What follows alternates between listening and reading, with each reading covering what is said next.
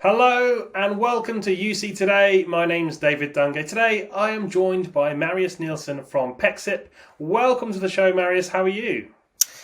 Hey, David. Thank you very much for having me. I am doing very well, thank you. Great. Well, today we're going to be talking about video interop in the enterprise. Really excited for this conversation. But before we get into that, do you want to give us a brief introduction to yourself and, of course, Pexip? Yes, sure. So I'm Marius Nilsen. I work here in the product team in Pexip and have been here for almost 10 years. Previous background, Tamberg and Cisco, and have for all these years worked with interoperability and also infrastructure for high quality video meetings. And Pexip as a company, sort of just to give a sort of a brief introduction there as well, effectively does sort of cover solutions in three different areas. We have our secure spaces for the customers that really need sort of air-gapped solutions or really need to host things themselves. And then we have connected spaces, which is our interoperability play, where we do a lot of interop with especially Microsoft Teams and also Google and others. And finally, we have our video innovation, which is sort of where everyone is using video conferencing, not just for business meetings, but also in their sort of everyday workflow. If that is sort of designing a kitchen or meeting your doctor or your financial advisor. So that's sort of what Pexip does, all things video, but we focus on infrastructure, not the devices, but obviously we interact with all the devices that are out there.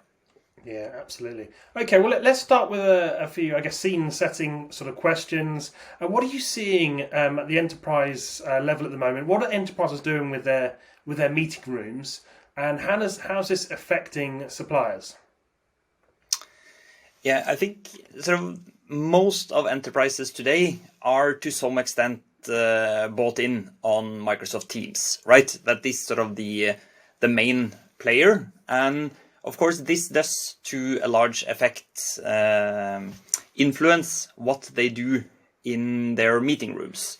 So some customers are mixing Microsoft Teams rooms, the sort of native systems, and some of the existing estate of sort of SIP and H323 based systems. And there we see it's really important to make sure to give those customers a great experience, because that can be a little bit of a confusing landscape. And for the end users, they don't really care about sort of what tech is in there. They literally just want to walk in to the room and just hit join. And an interesting pattern after talking to quite a bit of customers is observing some of them are in a little bit of a holding pattern, finding out how are rooms used now in the new world with a good mix of people working from home and some working from the office. So it creates a little bit of uncertainty, which definitely affects vendors, because customers aren't always doing a like-for-like replacement of the historical large boardrooms. So in the past, I'm sure you remember either being locally or in the other end of some of these sort of bowling alley rooms, right? Would you like to use those rooms in the same way if there are only 3 or 4 people in the office and the rest sitting at home? So this is really where we see that more and more customers now start to equip smaller rooms that maybe didn't have video in the past. They start to now equip those with video, and they leave the current estate because there are still some large meetings in the office. But where you really need to change is some of these sort of smaller spaces. And then they will consider to see what is being used. Are the larger rooms being used as much as the smaller ones? Or is there higher demand for the smaller rooms? Maybe then they split some of the larger rooms in two before they sort of invest in new kit in those rooms. Great. So, I mean, obviously there's so much evolution going around these meeting rooms right now. What about those legacy rooms, those legacy meeting rooms, with old tech? How easy is it, and how do you get those rooms to kind of really work well with Microsoft Teams? Yeah, so here it's sort of some quite good solutions available. The main one is called CVI, which is sort of a certification program from Microsoft. It stands for Cloud Video Interop. So this is for a couple of suppliers that are providing certified solutions to ensure that the sort of reliability and the quality of the product meets a minimum baseline standard.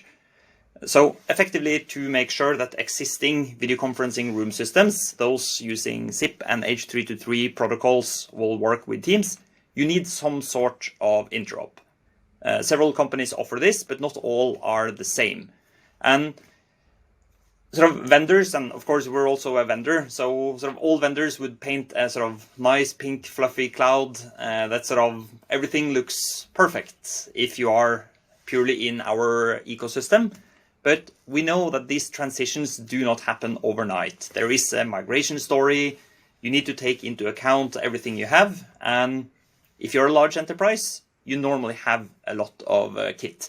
So that's when you need a certified CVI solution. And of course, we help you to do this in the pace that you like as a customer.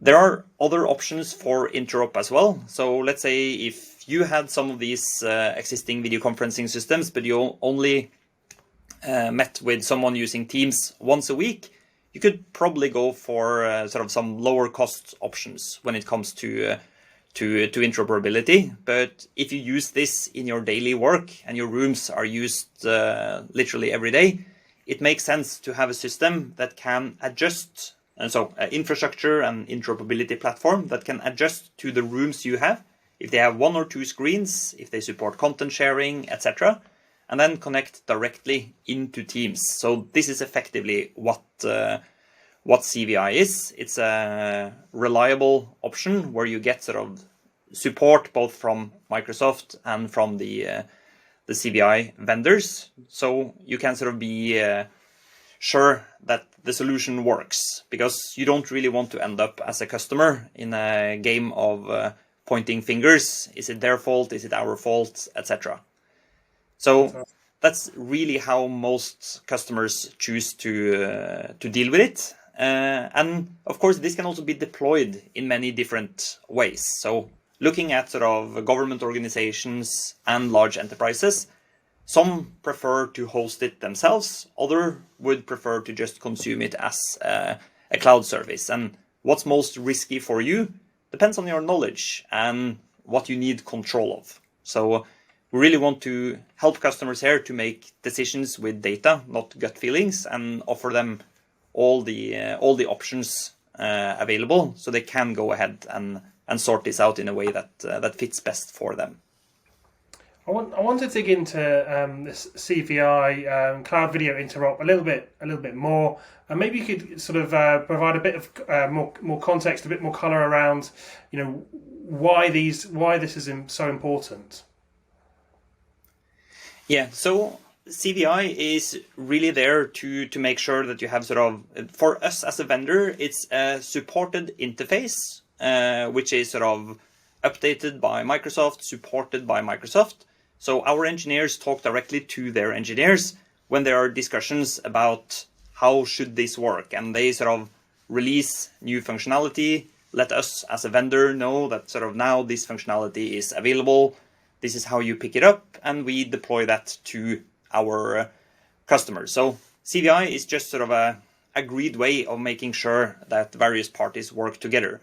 But of course, what we do with this is completely up to us. And in terms of sort of why should you use the CVI solution from Pexip versus, for example, any other vendor, I would say if there is one takeaway from this session, it is to have a look at our new Teams-like layout.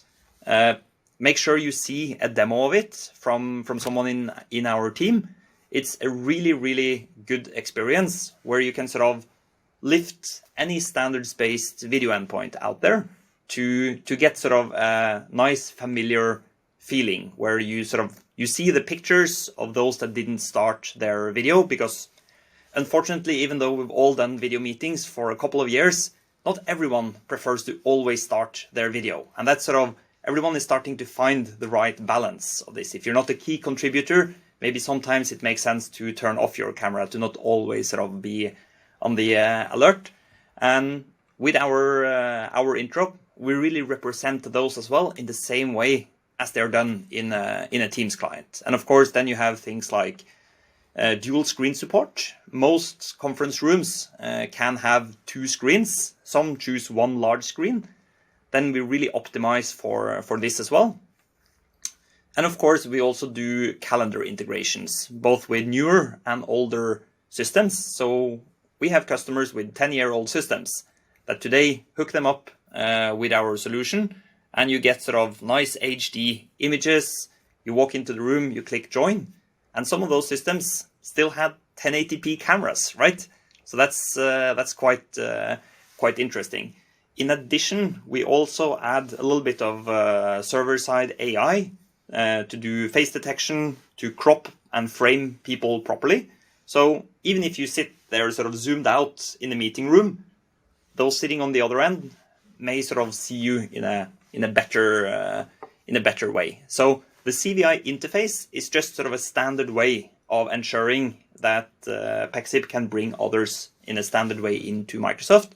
But of course, the product we build on top of this is to provide a great experience and support all those normal SIP and H323 video endpoints out there. So you can have sort of a great confidence in bringing them into every single Teams meeting out there.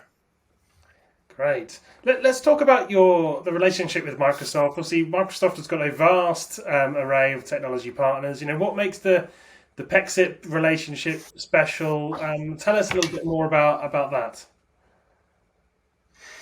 Yeah, that's a good question. We've been certified for Microsoft's communications platforms back to, I think it was around July 2017. So it started with sort of the Skype for Business server 2015, but shortly thereafter, they moved all the focus over to Teams. And since the early days of Teams, we have been there as one of their interoperability partners and done a lot of good work there. And I believe it was earlier this year, we were also announced out of our HQ here in Norway as the SaaS Partner of the Year, and have had a lot of good growth also working commercially together with Microsoft's sellers in terms of how our solution can be deployed in Azure and consuming the modern ways of Microsoft cloud compute. And due to that close relationship, we've also won over a lot of larger customers together with Microsoft. So examples like Accenture, Capgemini, etc. Obviously, can't go into exactly the details of how they are set up and what they are using, but for the sort of larger enterprises, they do have very specific requirements when it comes to security, to data control, etc. So some requirements are more specific for the larger ones, and of course these are also the main customers that Microsoft are targeting. But regardless if you're big or small, you would always like to have a great experience, and that's really been our sort of key driver, and why I believe Microsoft has also been sort of very positive to working with Pexip.